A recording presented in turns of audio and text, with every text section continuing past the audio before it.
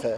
सत्ता पक्ष के लोगों से भी, उप मुख्यमंत्री हैं, स्वास्थ्य मंत्री हैं, उनके रहते यह मेडिसिन का नशा, तो उन्हें इस बात की खुद ही चिंता करनी चाहिए कि हम सब जो भी जूनियर हैं उनसे, उनका छोटा भाई है या उनके बच्चे के रूप में है या उनकी बिटिया के रूप में है, तो हर परिवार न कहीं आज की दुखी है। बस्तियों में आप जाइए, अवैध बिक्री का कोई सिलसिला ही नहीं, हर दूसरा आदमी वहाँ अवैध बिक्री कर रहा है। कोई कोरेक्स बेच रहा है, कोई गांजा बेच रहा है, कोई शराब बेच रहा है। और शराब क्या, आबकारी विभाग के जो लोग हैं फर्जी डीडी बनवा के जो टेंडर दिया है, उसमें आज तक कार्रवाई रीवा के अंदर कहाँ हुई? बाकायदा लिखा, लेकिन कार्रवाई कहाँ हुई? कोई अधिकारी जेल गया क्या? जबकि अधिकारी को तो जेल जाना चाहिए, चाहे यहाँ से लेके आयुक्त तक, जिसको भी जाना चाहिए, जो भी सम्मिलित हो उसको तो जेल जाना चाहिए ना। उनको छूट दे रखे, वो पदस्थ हैं आज की तारीख में।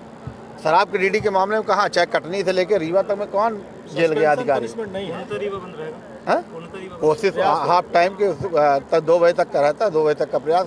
अल्टीमेटम दिया हूँ, सुधार करेंगे तो हम अपना जो हमारा 13 तारीख का वो हम विड्रावल भी लेंगे, लेकिन इनके वर्किंग हमको दिखनी चाहिए।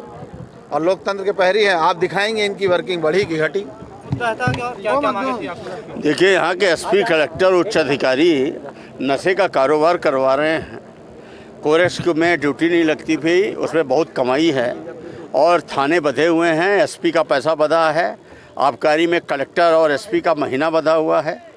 आबकारी में फर्जी बैंक गारंटी का फुल प्रूफ मामला है, कलेक्टर उसके खिलाफ एक्शन नहीं कर रही हैं। फर्जी बैंक गारंटी में यहाँ दुकानें उठी पिछले वर्ष। इससे ये साबित होता है कि कलेक्टर इन्वॉल्व हैं, इसमें संरक्षण दे रही हैं।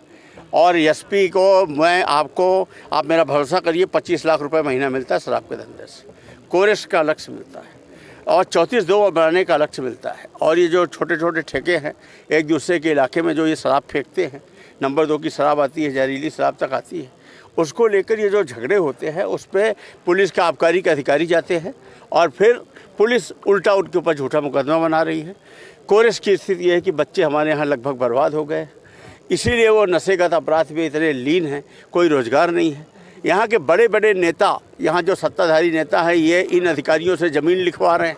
शहर की कौड़ियों के दाम ज़मीनें लूटी जा रही हैं। ये किस मुंह से बोल पाएंगे, इन अधिकारियों पर दबाव बना पाएंगे जो नीचे ज़मीन से पैर से लेकर सर तक गलत कामों में लिप्त हैं? ये नहीं, बोल ही नहीं सकते। और अधिकारी भी सोच रहे हैं कि बहती गंगा में हाथ धो, तुम रीवा बेचो और हम यहाँ से सूट केस में 1 साल में 10-5 करोड़ रुपए उठा के ले जाते हैं। तो ये तो अच्छा पैसा कमा के ले जा रहे हैं और हमारी जनरेशन है तो पूरी चल रही। और रीवा 1 नंबर है पूरे देश में नशेगत अपराध। आज ये बिहार, उत्तर प्रदेश सबको फेल कर चुका है। आप देखिए, सरकार बदल गई, कोई टीआई नहीं बदल रहे, एसपी नहीं बदल रहे, ये सब कोरेक्स दारू के धंधों में लिप्त हैं। इनका पैसे पार्टनरशिप में लगे हैं और ये सब एसपी को महीना दे रहे हैं, कलेक्टर को आबकारी डिपार्टमेंट महीना दे रहा है। सब कुछ एकदम लिप्त है और हमारा रीवा जल रहा है। अभी गुरमीत सिंह मंगू जी के नेतृत्व में आज ये पूरी टीम, हाँ, राशि है, अवैध राशि है, ये एसपी के पास से होकर कहाँ तक जाती होगी?